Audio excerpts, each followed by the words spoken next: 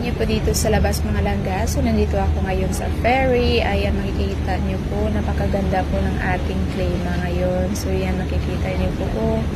So, ang ganda po. So, hindi masyadong mainit at saka hindi din malamig. So, yan, makikita niyo po. Nandito ako ngayon sa labas ng ferry.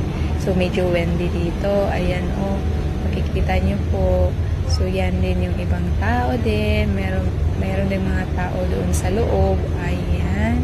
So, makikita niyo po din yung ibang view doon sa kabila. Pero nag-focus ako dito sa kabila naman.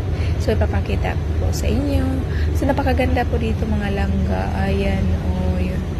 So, makikita niyo talaga. So, medyo lang po yung may makikita kayong bundok-bundokin dyan. So, yan sa kabila.